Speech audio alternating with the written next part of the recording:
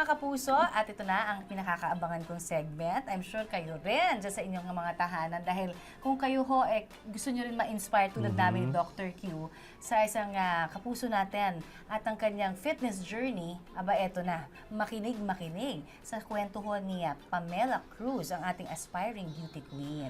At ito ko, very inspiring talaga to kasi she started with 197 pounds. Biruin mo, no? 43 ang waistline, ha? Pero ang maganda niyan, Dr. Q, within a year, tingnan mo ha, talagang it takes patience, di ba? Determination ang kailangan talaga para ma-achieve. At na-achieve naman ng ating aspiring beauty queen ang kanyang hinahangad na weight. Kaya naman, ready na ba kayo? Ako kasi talagang excited na ako makita. Ano na itsura ngayon? From 197, eto na po, si Pamela Cruz. Pamela Cruz, 22, Philippines! Sa balingkinitan niyang katawan at taas na 5'8", si Pamela, beauty queen material. Sa edad na 17, maagang pinasok ni Pamela ang mundo ng pageantry. Pero maaga rin siyang nabigo. Nalapitan ako ng handler ko. Parang sinabi niya sa akin, Nak, sabi niya ganun, hindi tayo makakapasok sa top 5, sabi niya. So parang ako nalungkot na kasi. Sabi ko, ha, bakit? Nalaman kasi nila na underage ka. Samahan pa ng lungkot na dulot ng pag-break nila ng kanyang dating boyfriend. Si Pamela, nag-stress eating daw. So isa yun, dahil sa pagiging broken ko, like, normal naman yung inom, ganyan. Kasi nga, nasaktan ako. So, lumaki ako sa pag-inom ng alak, sa pagkain. She believed that kanin is life. Kaya niya raw umubos noon ng isang kaldero ng kanin. Her passions included eating chocolate every day and sleeping.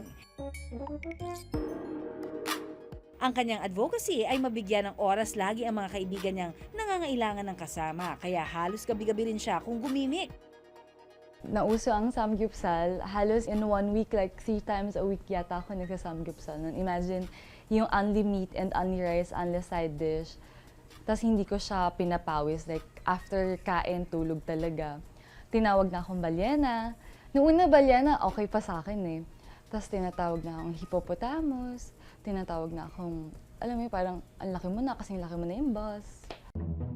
January 2018, si Pamela napa-I thank you na lang nang tuluyan siyang naging obese at 197 pounds. Naramdaman ko din yung yuyuko ako, hindi ko na maabot yung paa ko kasi ang laki na ng tiyan ko. Pansin din daw noon ni Pamela na parang lumalala ang diabetes ng kanyang ina. Ayokong tumanda ako nang may sakit ako. Ayokong mangyari sa akin tong nahihirapan ako pag dumating yung araw.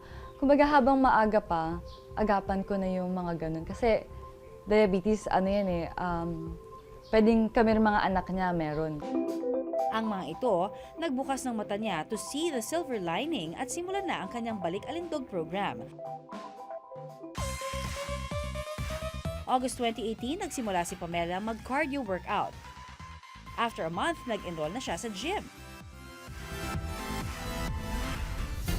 Hindi raw madali ipanalo ang laban sa pagbabawas ng timbang. Lalo pat ang pinakamahigpit niyang kalaban sa corona ay ang sarili niya.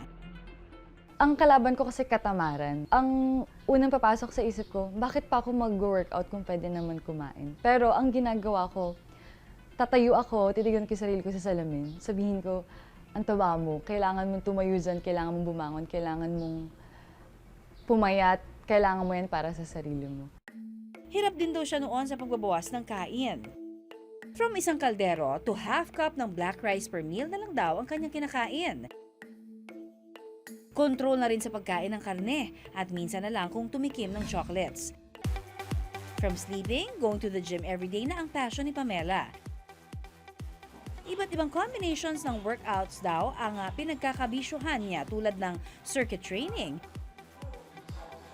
at high-intensity training. Pasalamat din daw siya na meron siyang supportive boyfriend na lagi siyang minomotivate.